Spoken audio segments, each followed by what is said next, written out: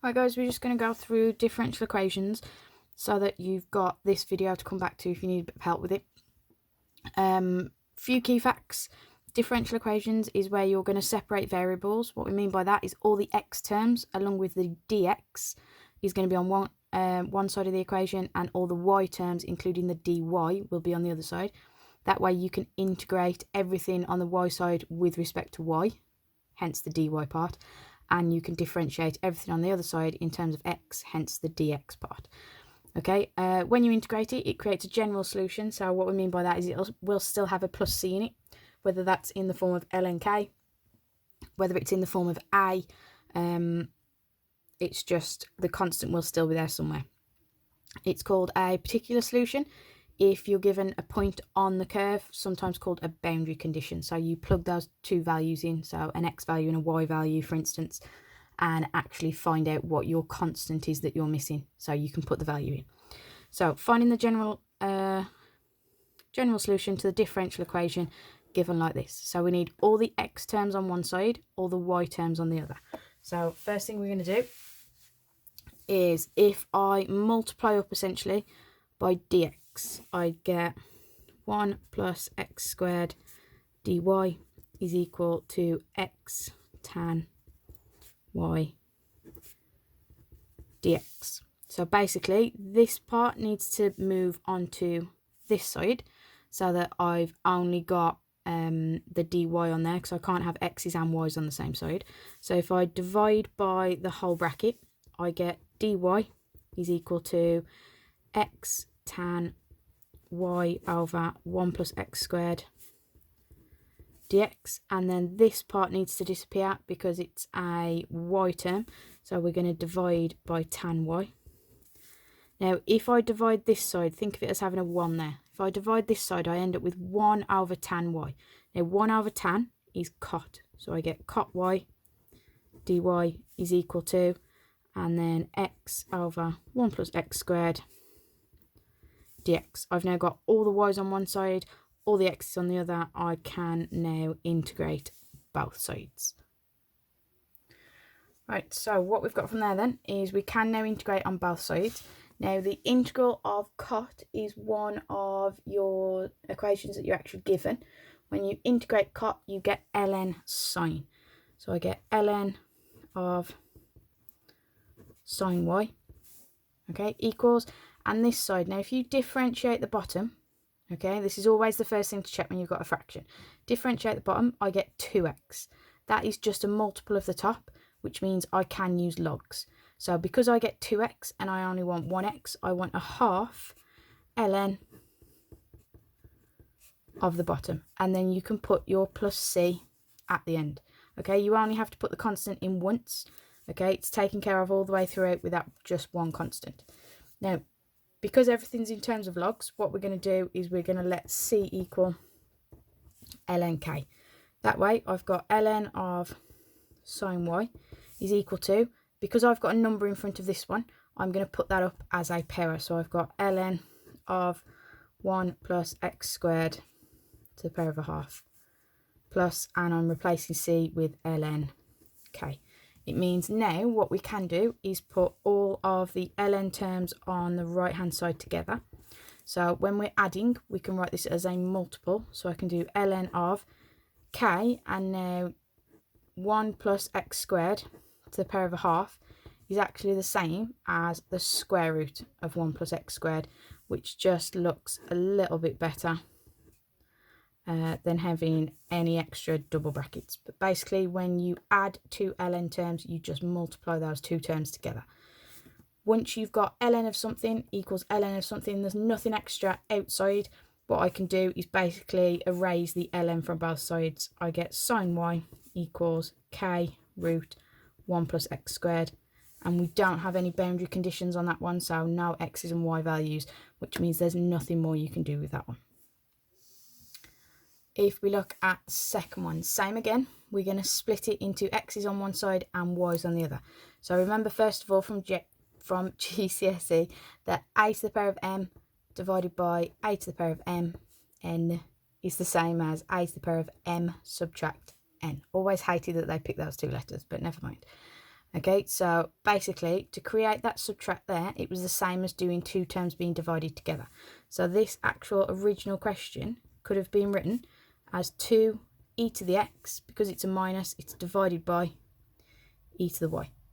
That way, what I can then do is I can multiply up by e to the y. So I get e to the y dy by dx equals 2e to the x. I can then essentially multiply up by the dx to give me e to the y dy equals 2e to the x dx. I've now got all the y's on one side, including dy, and all the x's on the other, including dx. So I can integrate both sides. Now when you integrate e to the y, you just get e to the y. When you integrate 2e to the x, you just get 2e to the x. Remember, the 2 itself is just a multiple. E to the x becomes e to the x, put the multiple back in front, and then don't forget your plus c at the end. Now, they can ask you to write that in the form y equals, in which case, if you want y equals something, you would take ln of both sides. You'd get ln of and everything on this side. So 2e to the x plus c. And that's it. Second one done. Right, third one is a little bit more complicated. Okay, or at least looks a little bit more complicated, a lot more involved in this one. So what we're going to do is, first of all, I need the y terms on the left-hand side, x's on the right, so I can multiply up by dx.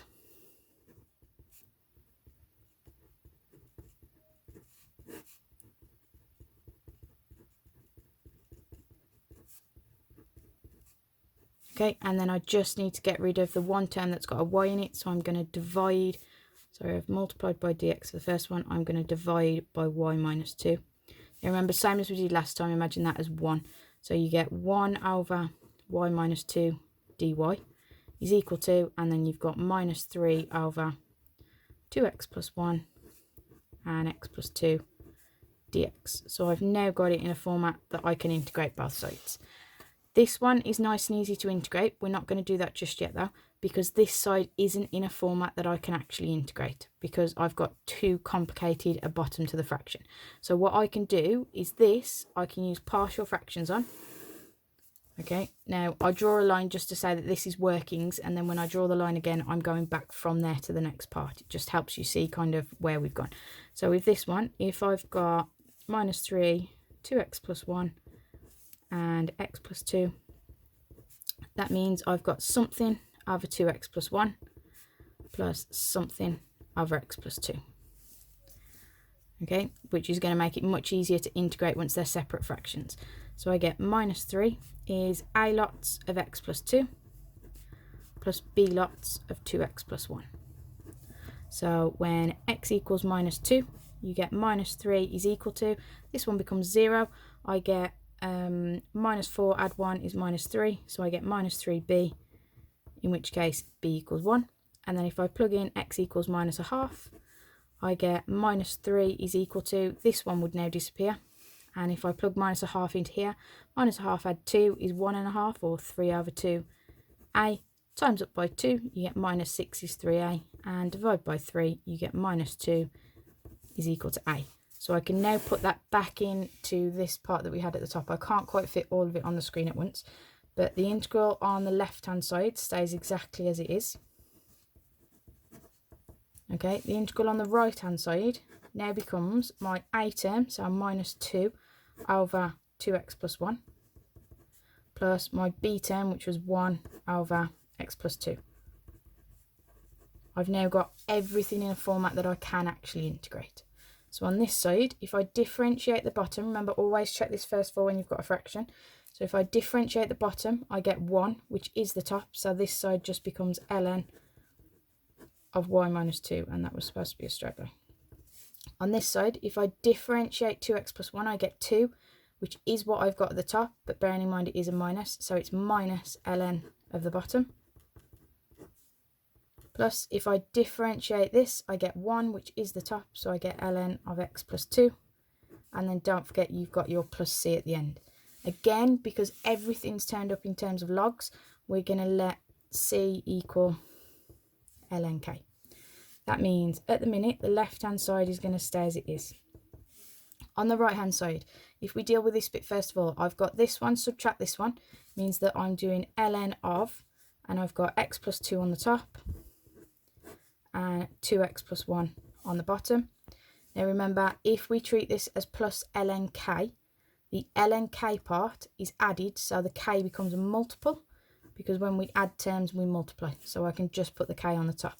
That way I can write y minus 2 is equal to k lots of x plus 2 over 2x plus 1. And I've run out of room on this bit of paper, but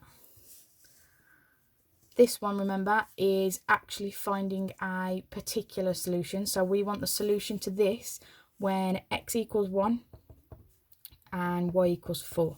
So that just means you're going to substitute x is 1 and y is 4 into this equation so that we can find what k is. So I get 4 minus 2 is k lots of 1 plus 2 over 2 lots of 1 plus 1. So I end up with 4 minus 2 is 2. I get 3k divided by 3. Well, that's just k. So I know k is equal to 2. So what we end up with is I can put that now back into here to get my actual particular solution. I get y minus 2 is 2 lots of x plus 2 over 2x plus 1. Now this one still does need a bit of tidying up, because if you actually look at what you've got there, when you expand the top out, I've got 2x plus 4, which means the top is actually bigger than the bottom. So you are going to have to do the top divided by the bottom just to avoid a top heavy fraction. So let's just get a bit more space. So if I think about that as doing 2x plus 4, okay, that's just by expanding this bracket, divided by 2x plus 1. So 2x into 2x goes once. If I multiply that out, 4 subtract 1 is 3. So this part here could actually be written as 1 plus 3 is my remainder, which still needs dividing by the 2x plus 1 that we need to divide by. In which case, all I then need to do is add 2, so I get in the form y equals 3 plus 3 over 2x plus 1. So that was a bit more of a complicated one, a lot of steps involved. You may need to listen through it a couple of times. But honestly, have a go at as much as you can. Any questions, let me know.